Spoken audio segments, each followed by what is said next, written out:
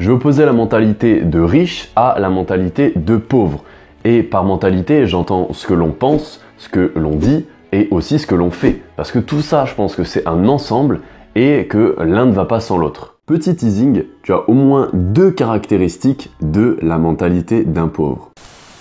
Je me présente en quelques secondes, je m'appelle Léo et j'aide le commun des mortels à économiser, investir et faire fructifier leur argent le plus intelligemment et honnêtement possible. Donc si ça t'intéresse, abonne-toi. Petit avertissement, là je parle de la mentalité des riches et des pauvres. Je ne traite en aucun cas les gens qui sont catégorisés comme pauvres. Je mets simplement en contraste la différence de mentalité. Number 1, les pauvres sont payés en fonction de ce qu'ils fournissent. C'est-à-dire qu'ils sont payés en fonction de ce qu'ils vont travailler. Toi, moi, le président de la République, peu importe ta maman, tout ce que tu veux, on a tous 24 heures dans notre journée. Donc si forcément on arrive à travailler ne serait-ce que 15 heures, on sera toujours limité à 15 heures de travail. Tandis que les riches, ils sont payés à la valeur qu'ils transmettent. Donc par exemple, un artiste, il va composer un album, il va le mettre sur Spotify, sur Deezer, sur tout plein de trucs, et il va toucher des commissions en fonction des écoutes, en fonction de la valeur réelle qu'il va transmettre. Un infopreneur, c'est exactement la même chose. C'est un petit peu mon projet, c'est de vendre des formations. Que je vende une formation ou j'en vende 1000, c'est exactement la même chose. C'est juste que j'ai transmis de la valeur à beaucoup plus de personnes, donc je vais être rémunéré beaucoup plus. Une fois qu'on a compris cette mentalité de transmettre de la valeur, c'est très important de l'appliquer dans son quotidien un maximum. Même si aujourd'hui tu es salarié, parce qu'on est tous plus ou moins obligés d'y passer, tu dois absolument trouver un moyen de transmettre de la valeur pour ne plus dépendre de tes revenus de salarié. Number 2, les pauvres regardent la télé ou Netflix, c'est exactement la même chose. Pour te dire, certaines personnes passent plus de 6 heures par jour devant leur télé. Et 6 heures par jour, je sais pas si tu te rends compte, c'est quand même un tiers de leur vie. C'est un tiers de la vie d'un humain passé devant la télé à regarder des émissions qui sont quasiment toutes inutiles. Les Marseillais, les reportages, enquêtes criminelles qui te font flipper de sortir de chez toi, etc. C'est vraiment dommage. Donc 95% de ce qu'on regarde à la télé en général, c'est inutile. Donc c'est un petit peu différent de Netflix parce que Netflix, il y a des trucs que tu choisis, il y a des trucs vraiment intéressants, des trucs vraiment pertinents qui vont t'apprendre des choses des fois, mais ça reste quand même du divertissement. Donc à consommer avec modération. À côté de ça, les riches, ils préfèrent lire des livres. Lire des livres, c'est le meilleur moyen d'obtenir justement toutes les informations sur un sujet.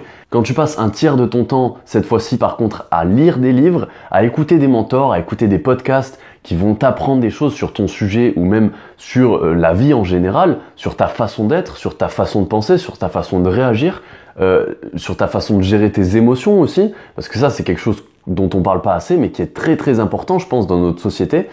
Quand tu passes tout ton temps, enfin un tiers de ton temps à faire tout ça, c'est sûr que tu vas t'améliorer. Et les riches, ils ont compris une seule chose, c'est qu'ils sont la moyenne des 5 personnes qui les entourent. Pas forcément qui les entourent physiquement, aujourd'hui on a cette chance-là, on a cette chance de pouvoir être entouré de personnes qui ne sont pas vraiment là forcément physiquement, donc par exemple des mentors en podcast, des mentors en vidéo, des séminaires, etc., etc.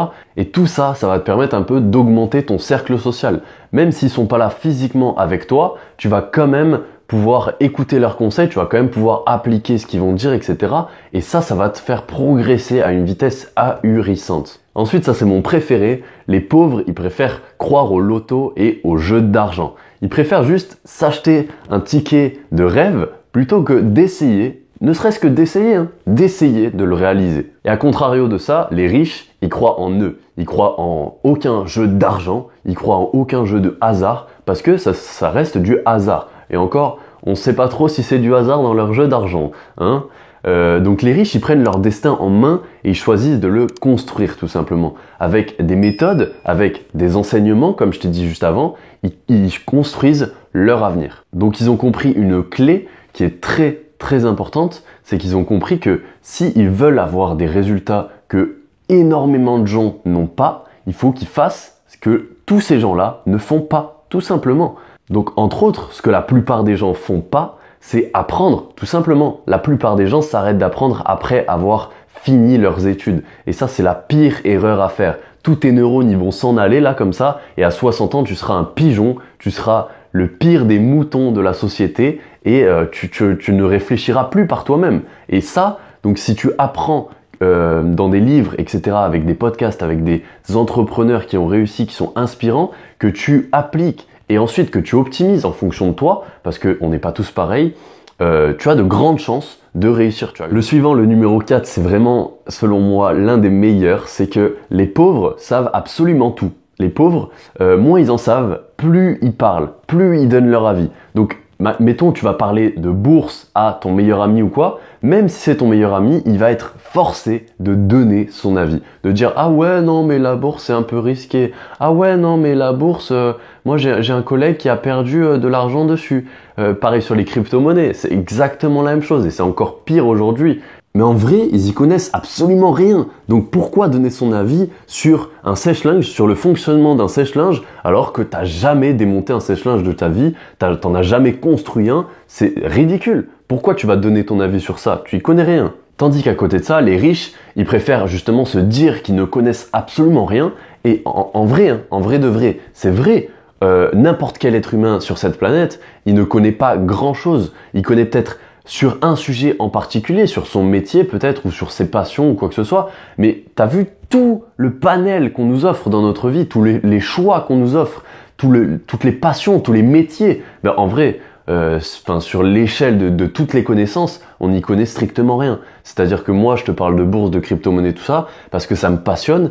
Mais par exemple, en maçonnerie, ben, j'y connais strictement rien. En informatique, j'y connais pas grand-chose non plus. Enfin voilà, il y a vraiment tout un tas de domaines que j'ignore totalement. Et ça me pose pas vraiment de problème parce que ça ne m'intéresse pas vraiment. Mais voilà, si ça devait m'intéresser, ben, je m'y intéresserai, j'apprendrai par moi-même. Et surtout, j'essaierai par moi-même. Parce que les riches, ils font quelque chose, c'est de ne jamais croire en les vérités absolues. Ils préfèrent tester, ils préfèrent essayer en sortant de leur zone de confort, en essayant justement les choses par eux-mêmes pour voir si ça leur convient et pour voir aussi comment ils peuvent optimiser les choses. Le 5e point qui différencie les pauvres des riches, c'est que les pauvres, ils ont peur de perdre. Ils ont peur en général de l'inconnu. Et oui, ils ont déjà tellement peu d'argent qu'ils préfèrent le garder au chaud sur un petit livret A ou sous le matelas tout simplement. Mais ce qu'ils ont oublié, hein, c'est que pour être pauvre, pour rester pauvre, ben, forcément il ne faut pas investir ton argent. Pour rester pauvre,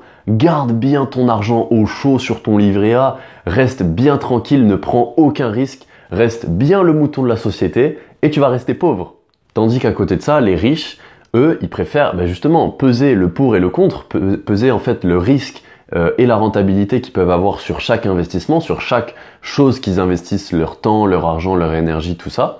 Et une fois qu'ils ont mesuré tout ça, ensuite, ils décident d'agir ou ils décident de renoncer, tout simplement. Ils vont pas réfléchir pendant des mois sur est-ce que je dois investir sur ça, est-ce que je dois truc, non.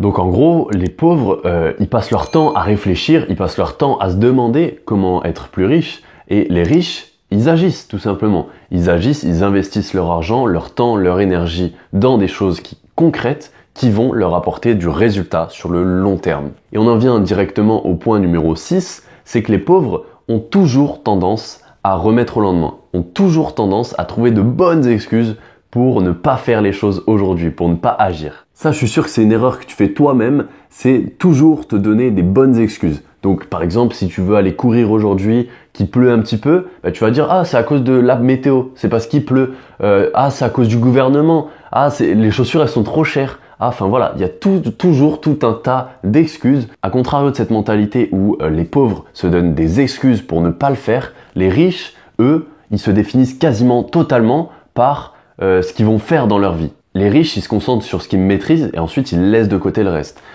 S'il y a un échec, par exemple, ils se remettent en question pour voir un petit peu ce qui n'a pas fonctionné et qu'est-ce qu'ils peuvent améliorer pour la prochaine fois. Ensuite, ils prennent le plein pouvoir sur leur vie. Ils décident d'agir et ils décident de se lancer, d'optimiser et d'agir surtout. Ça, c'est le meilleur de la vidéo, c'est le 7e. Les pauvres ne pensent qu'à économiser. Et là, tu vas peut-être me dire, mais ouais, économiser, c'est la clé de la richesse. Parce que forcément, si tu économises, putain, je vais y arriver. Parce que si tu économises énormément d'argent, au final, tu auras énormément d'argent. Mais c'est pas vraiment comme ça que ça fonctionne. Parce que si tu oublies pas les derniers points dont je t'ai parlé, c'est que les pauvres, en fait, ils ont peur d'investir. Donc forcément, ils ont qu'une seule source de revenus qui est leur salaire. En général, un salaire français, on va prendre une fourchette assez haute, il touche de 1500 à 4000 ou 5000 euros par mois. Même si tu économises 5000 euros par mois, tu ne seras pas plus riche que quelqu'un qui va toucher 10 000 euros par mois avec ses différentes sources de revenus, avec ses différents investissements et qui réinvestit encore et encore et encore. Et dans 20 ans, il touchera peut-être plus 10 000 euros par mois, il touchera peut-être 100 000 euros par mois. Tandis que toi, peut-être tu toucheras 5 500. Bravo.